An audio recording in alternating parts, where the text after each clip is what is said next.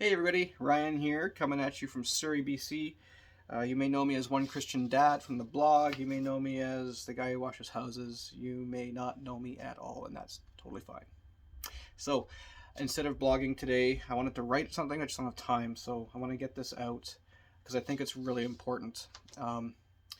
July 1st was a great day in BC, not because of Canada Day, but because restrictions on worship services were lifted and we were able to come together as the people of God and worship Him together without any restrictions. And it's been great. It's been a fantastic time of fellowship and getting back into the groove of the communion of the saints.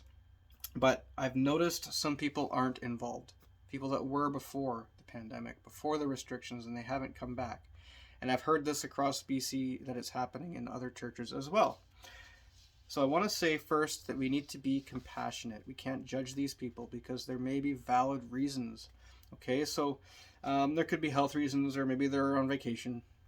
But what if being isolated and alone for over a year, they've become afraid of reintegrating into the world? Okay, so the analogy I use is a prisoner who's been in prison for, let's say, 10 years, and he's finally granted his freedom. The parole board says you can go. So he grabs his bag of clothes and he walks out the front door.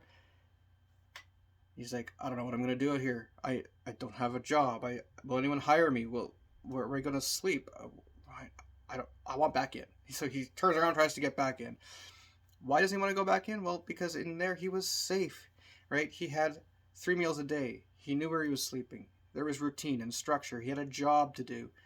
And it's been that way for 10 years. And he misses, as he walks out, he misses it.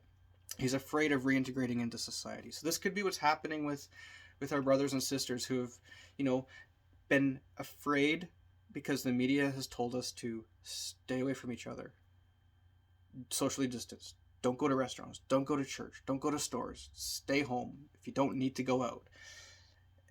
And that's become the norm. That's become safe for them. And now reintegrating into society is scary. So we need to pick up the phone and give them a call. See where they're at, right? Maybe invite them over to sit in your backyard, socially distance. Put a mask on for this person.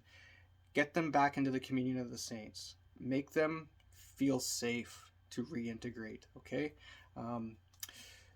Another thing is, what if being isolated, so this could be in conjunction or a totally separate thing. So what if being isolated over the past year and not attending worship services and not going to Bible study and not joining in having dinners with friends and family, maybe they've become cold in their faith, like the story of the Lonely Ember, which I've printed off here because I don't remember all the points.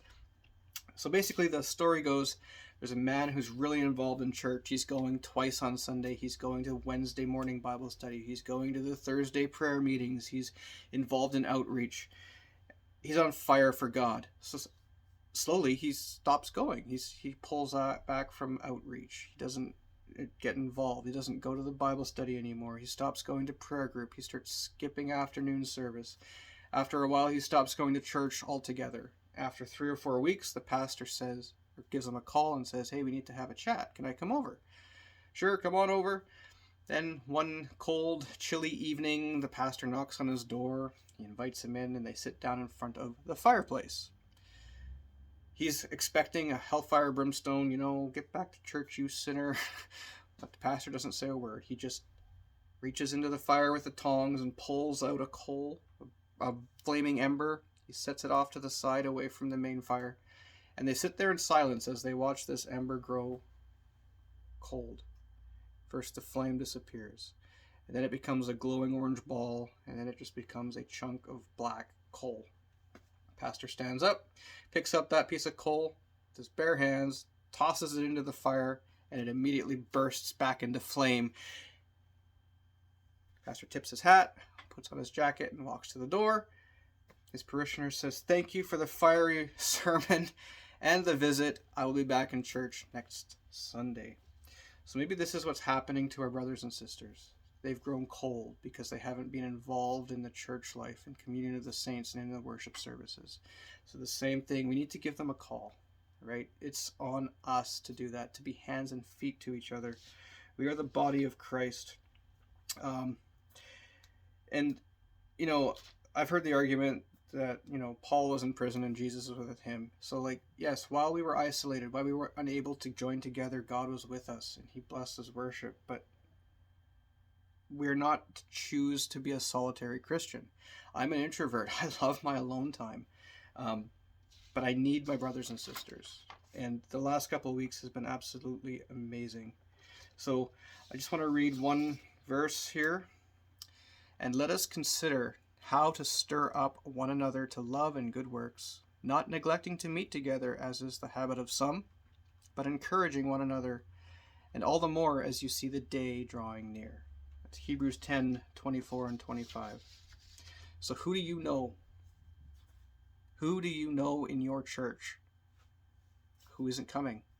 Maybe they're afraid. Maybe they've grown cold in their faith. Maybe they're slipping away. Pick up the phone. I'm out.